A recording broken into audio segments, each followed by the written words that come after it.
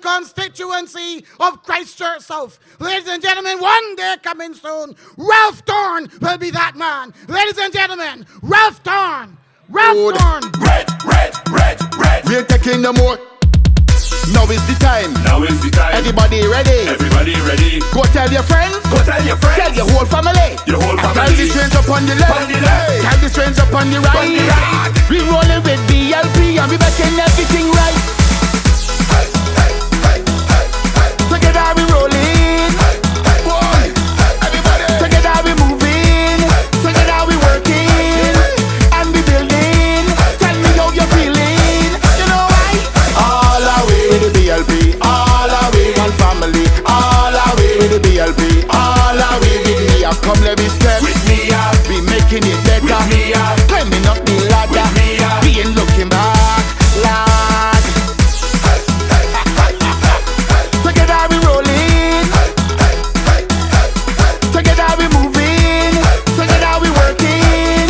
And we building. Tell me how you're feeling.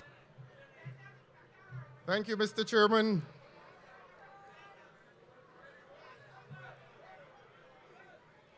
Where do I begin?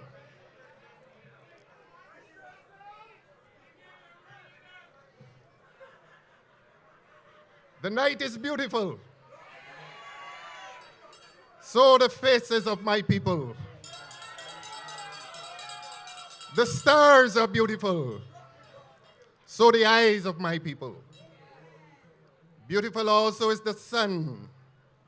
Beautiful also are the souls of my people. That is a poem written by Langston Hughes. Many years ago, he was a poet of that North American movement called the American Literary Renaissance. And walking here with the people of Christchurch South, those were the words that came to me. I want to thank you, Christchurch South, my people. The night is beautiful, so the faces of my people. The stars are beautiful, so the eyes of my people. Beautiful also is the sun. Beautiful also are the souls of these people who I have walked with and talked with and cried with for the last 2.5 years. But the journey has not ended. The journey will continue, my people. But it is not only Christchurch South here tonight. This crowd is so large that it would be remiss of me not to say good night to Barbados and good night to Christchurch, the people of the Barbados Labour Party and the freedom-loving people of Barbados. Good night to my people. My purpose here tonight, my immediate purpose, is to speak on behalf primarily of a man who I call friend. But I do not come here tonight to speak for him only because he's my friend.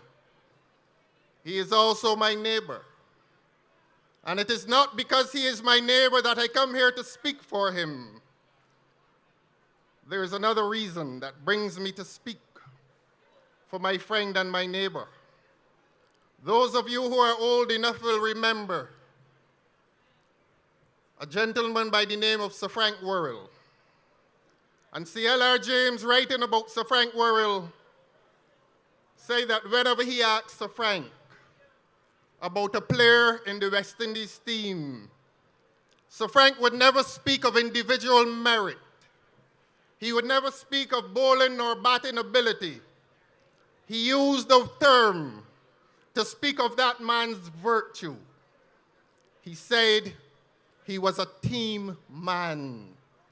Adrian Ford tonight, ladies and gentlemen, is a team man.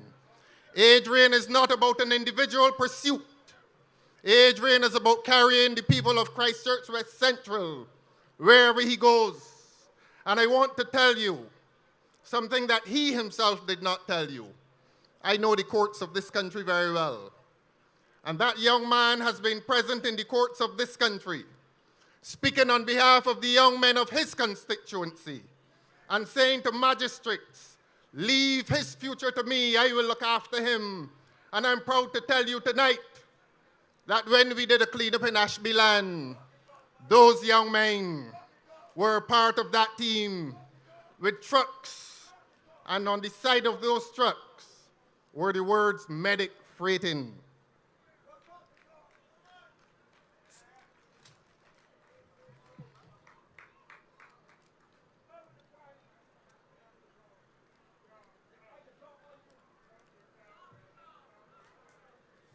He is a brother. Adrian is a brother in the struggle to return Christchurch to where it once was. He comes and he carries a legacy tonight.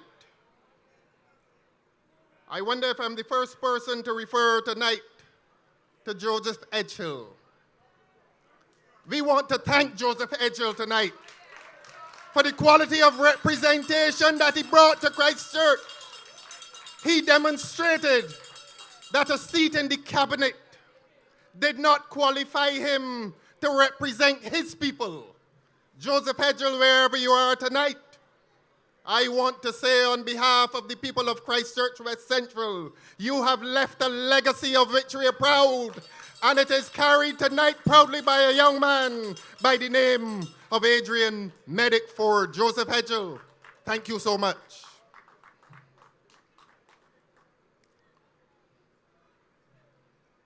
Having said that, I want to tell you what is the topic of my address. I'm looking at my watch. Tonight I've come to speak to you on the topic to serve, to protect, and to reassure. And perhaps those words have significance when one is speaking of political service. But there are persons in this audience tonight who are well familiar with those words: to serve, to protect, and reassure. That is the motto of the Royal Barbados Police Force. And tonight I do not come here to condemn them, I come to praise them. It is not a topic, it is not an approach in politics that wins favor. Since over the last few years in this country, it has become popular to diminish and to demean the Royal Barbados Police Force in this country. I want to take a different path tonight. And I want to reintroduce you, the members of Christchurch West Central and Christchurch and Barbados. I want to reintroduce you to a police force that the Barbados Labour Party left intact. I have come to speak for that force tonight. Just a few days ago, you would have read in your newspapers, and distressingly so, of a young girl, let us call her a child, a mere babe, who was charged before the courts of this country for disrespecting and disobeying the lawful order of a police officer. And the magistrate, God bless him, was appalled at what had transpired in the middle of Bridgetown, right outside where we call the main guard, I believe. A building that was revered in this country by my generation and the older generations and even younger generations.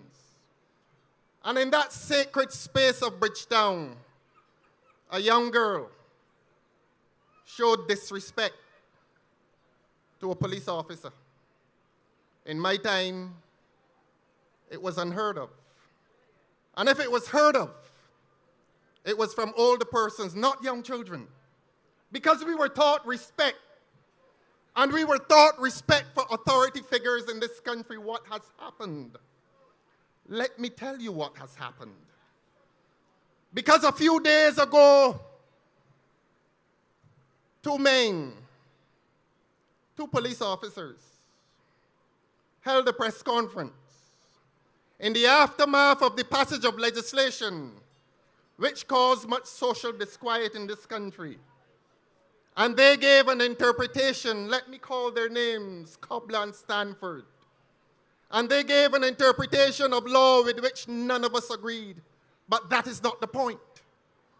There were two police officers, and they were merely given an opinion as to law that we thought ridiculous at the end of their opinion. And we disagreed with them. We disagreed as we had the right so to do. But on the following morning, a minister of government in your country put on a three-piece suit, sat next to his permanent secretary and his chief technical officer, and proceeded to humiliate those two police officers by giving an opinion that ran counter to theirs. I say to you tonight, the minister may have been right, and I do not disagree with his opinion, but there's a way to do things. There's a way to show respect for those men and women who at 2 and 3 o'clock in the morning, when we are trying to sleep, they are in defense of this country. They are in defense of the helpless citizens of this country, and they deserve better from a minister of government whose portfolio did not extend to the police force. And I say to you tonight that the disrespect that that minister showed to those two officers was no different from the disrespect that the 16-year-old girl showed to the police officers on that through the street.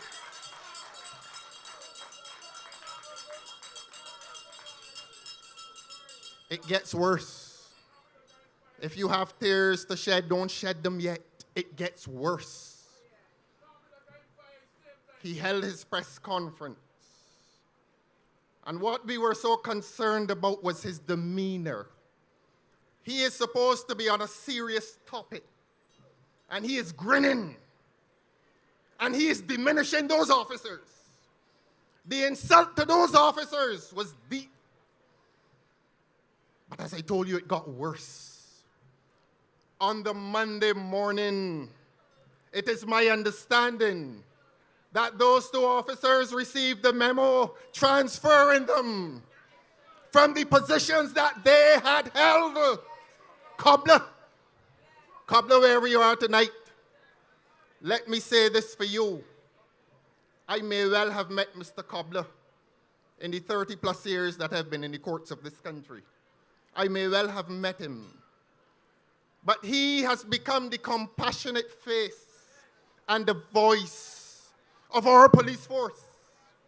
He did not deserve that kind of treatment. It matters not to me who was responsible for his transfer. It was not a mere transfer. It was a public humiliation. We must not treat our police officers like this. It gets worse, Christchurch. It gets worse, Barbados. Do you understand that the minister who performed that public act of humiliation of two of our police officers is not even the minister responsible for the Royal Barbados Police Force? What inferences must we draw tonight? Is this government involved in the management, the day-to-day management of the Royal Barbados Police Force? Can a Minister of Public Works tell the Commissioner of Police what must become of Cobbler and Stanford 24 hours after they gave a bad opinion? But compassionate government and good governance would have required the Attorney General of this country in Darwin. The Attorney General of this country should have intervened, and he should have held that press conference. And flanking him ought not to have been any permanent secretary and a chief technical officer. He should have been flanked by the Commissioner of Police, and he should have been flanked by Cobbler, and he should have been flanked by Stanford.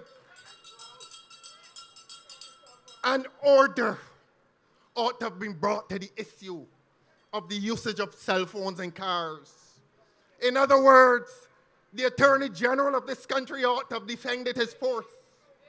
But the Minister of Public Works, I say it again, heaped massive humiliation on those two young men. I do not know Stanford personally. Whatever are his credentials, they matter not to me. What matters to me is fairness and righteousness and propriety and treating people with decency and respect. But when they do that, what example are they sending to that young girl who did precisely the same thing?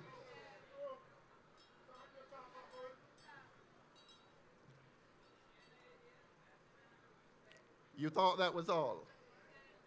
You thought that was all. They thought that was all. We thought it was all. But I want to say to you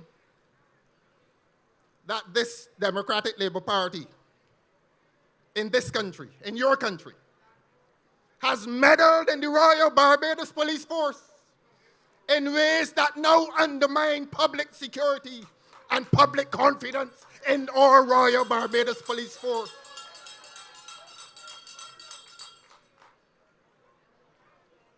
And if we can find no recourse, if we can find no recourse against the unlawfulness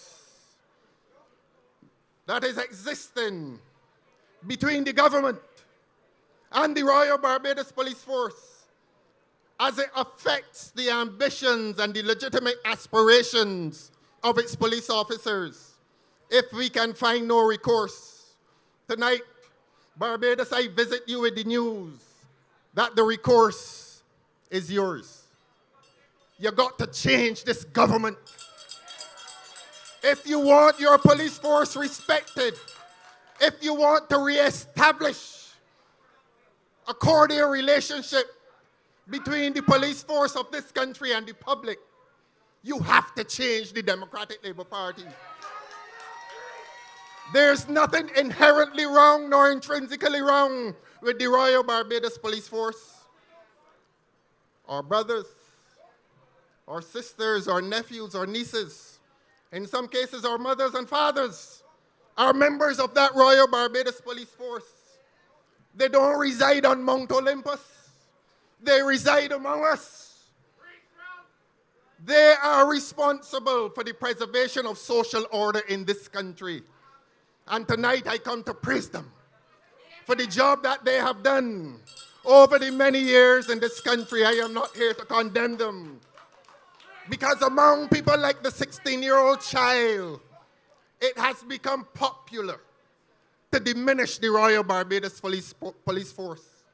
Tonight, we come here as freedom-loving Barbadians to uplift them. They told me I have another 3 minutes. You know, I came here to talk about Darren Dottin. I came here when I was warming up to talk about Darren Dottin because I'm not going to leave him tonight. Adrian, extend the 3 minutes to 4. Well, reduce it. I can speak quickly about Darren Dottin.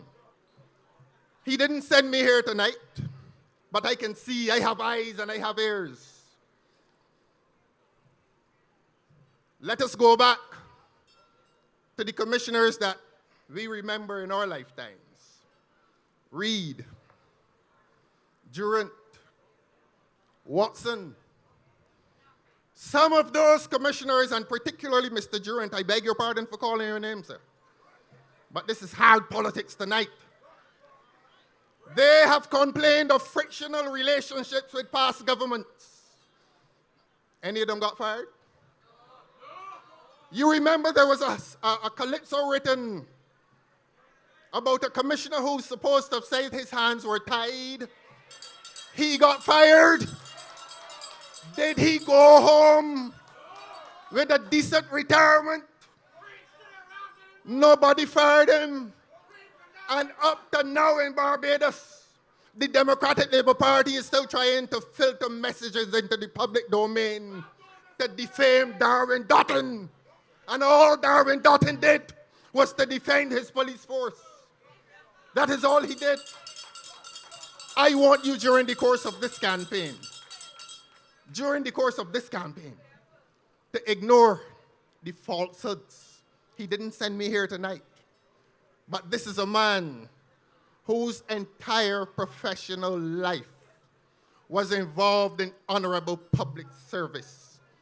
Tonight, as the head of the Royal Barbados Police Force, he was forced to retire. But retirement is a kind term. Darwin Dutton was fired, just as the young girl on Tudor Street fired the police officer and told him or her that they had no authority. The music is coming up. And perhaps this party will return to Christchurch. This movement must return to Christchurch so that I can say to you what has been happening in the Royal Barbados Police Force since this government has come to power. I want to say that to you tonight, but I have to say it next time. But as the music comes up, I want to urge you to support this party under the leadership of Mia Motley. Because the Prime Minister has told you that he is going to explain her. That is the language of violence. What he means is that he is going to attempt to humiliate her. But I want to say to Mia Motley tonight that Frindo Stewart has no moral authority to humiliate you. And I want to invite the leader of this party, in the words of that poet, you may write me down in history with your bitter, twisted lies. You may tread me in the very dirt, but still, like dust, I'll rise. You may shoot me with your words. You may cut me with your eyes. You may kill me with your hatefulness, but still, like air, I'll rise. I am confident that Mia Motley will rise to the ultimate political office in this country, and no one in the Democratic Labour Party will stop it. Good night. God bless you.